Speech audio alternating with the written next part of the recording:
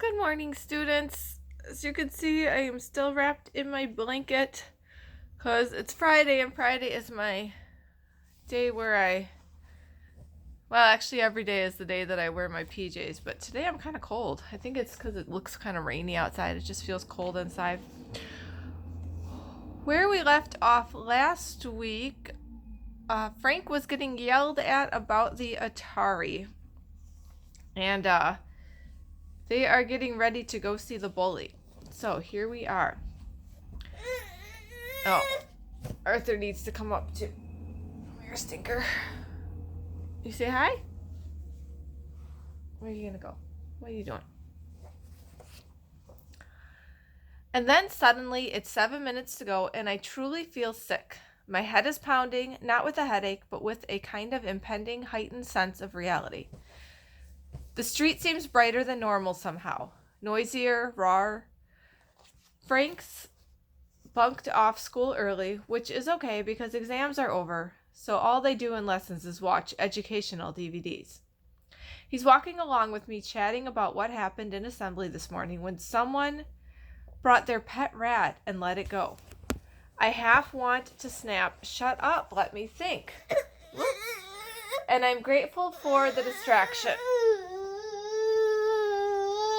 Hey, we're reading. I'm wearing jeans and a black t-shirt and black trainers. Serious clothes. I have no idea what Izzy will wear.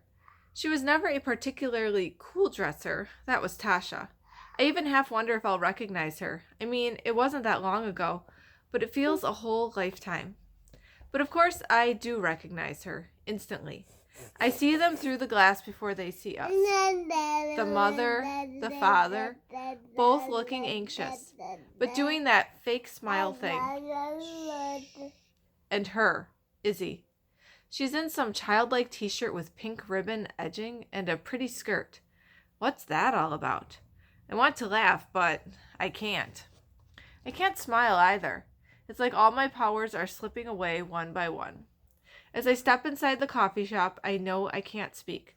My insides have turned hollow, just like that in an instant. All the inner strength I've been building up, the 10-step spring, the fighting talk, it's all disappeared. I feel small and vulnerable. No, not small. I'm taller than her. I still have that. I'm tall. But vulnerable and speechless, and now they're all looking our way. I squeeze Frank's hand in silent desperation, and he seems to get the message. "Hello," he says briskly, heading towards their table. "Let me introduce myself. Frank Turner. You must be the Laughtons." He holds out his hand, but no one takes it. Both of Izzy's parents are looking him up and down in bewilderment. "Audrey, we were expecting your parents," says Mrs. Lawton. "They were unavoidably detained," says Frank without blinking. "I am the family representative." "But," Mrs. Lawton looks flustered, "I really think your parents should. We understood this would be a family meeting." "I am the Turner family representative," Frank repeats adamantly. He pulls out a chair and we sit down opposite them. The Lawtons look at each other anxiously to make little mouthing gestures and raised eyebrow signals. But after a while they quiet down, and it's clear that the conversation about parents is over. "We bought some bottles of water," said Mrs. Lawton, "but we can get some teas, coffees, whatever." "Water is fine," says Frank. "Let's get to the point, shall we? Izzy wants to apologize to Audrey, yes?" "Let's put this in context," says Mrs. Lawton heavily. "We, like you, have gone through some pretty hellish months. We've asked ourselves why over and over. Izzy has asked herself why too. Haven't you, darling?" He looks gravely at Izzy. Oh, was that Mr. Lawton talking? Oh, whoops. Let me do a guy voice. "Let's put this in context," says Mr. Lawton heavily. "We, like you, have gone through some pretty hellish months. We've asked ourselves why over and over. Izzy has asked herself why, too. Haven't you, darling?" He looks gravely at Izzy. "How could such a thing happen? And in a way, what did happen and who, in fact, was at fault. He presses a hand to Izzy's, and I look at her properly for the first time. God, she looks different. She looks like an 11-year-old. I suddenly realize it's kind of disturbing. Her hair is in a ponytail with a little girl bobble, and there's an infantile ribbony t-shirt going on. And she's looking up at her father with huge baby eyes. Go get the kitty. She's wearing some kind of sickly strawberry lip gloss. I could smell it from here. She hasn't even given me a single glance this whole time, and her parents haven't made her. If I were them, that's the first thing I would do. Make her look at me. Make her see me. Izzy has been through a pretty tough journey, Mr. Lawton continues, on what is clearly a prepared speech. As you know, she's homeschooled for now, and she's undergone a fairly rigorous program of counseling. SNAP, I think. But she's finding it hard to move on. Mr. Lawton clutches Izzy's hand, and she looks imploringly up at him. Aren't you, darling? She unfortunately suffers from clinical depression. He says it like it's a trump card. What are we supposed to applaud? Tell him how sorry we are? Wow, depression? That must be horrible. So what? Says Frank scathingly. So's Audrey. He addresses Izzy directly. I know what you did to my sister. I'd be depressed if I were you too.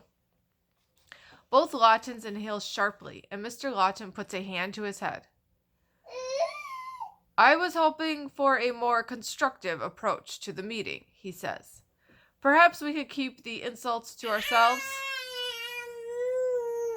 Hey, that's not an insult, says Frank. It's the truth, and I thought Izzy was going to apologize. Where's the apology? He pokes Izzy's arm as she withdraws it with a gasp. Well, go get Hermione. Go get her. She's there waiting for you.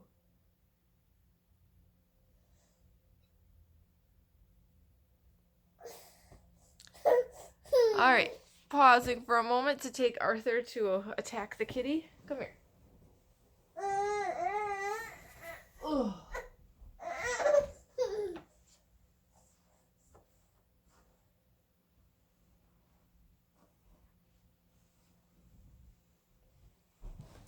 All right, sorry guys.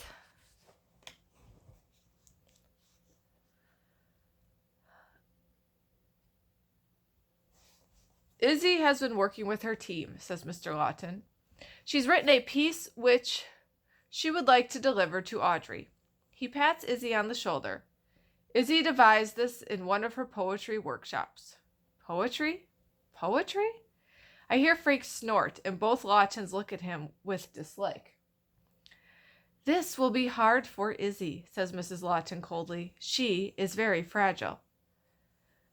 As we all are, says Mr. Lawton, nodding at me and making a face at his wife. Yes, of course, says Mrs. Lawton, but she doesn't sound convinced. So we ask you to listen to her piece in silence without comment. Then we can move into the discussion phase of the meeting. There's silence as Izzy unfurls a wad of A4 pages. She still hasn't looked at me properly. Still. You can do it, Izzy, whispers her mother. Be brave. Her father pats her hand, and I see Frank make a barf gesture.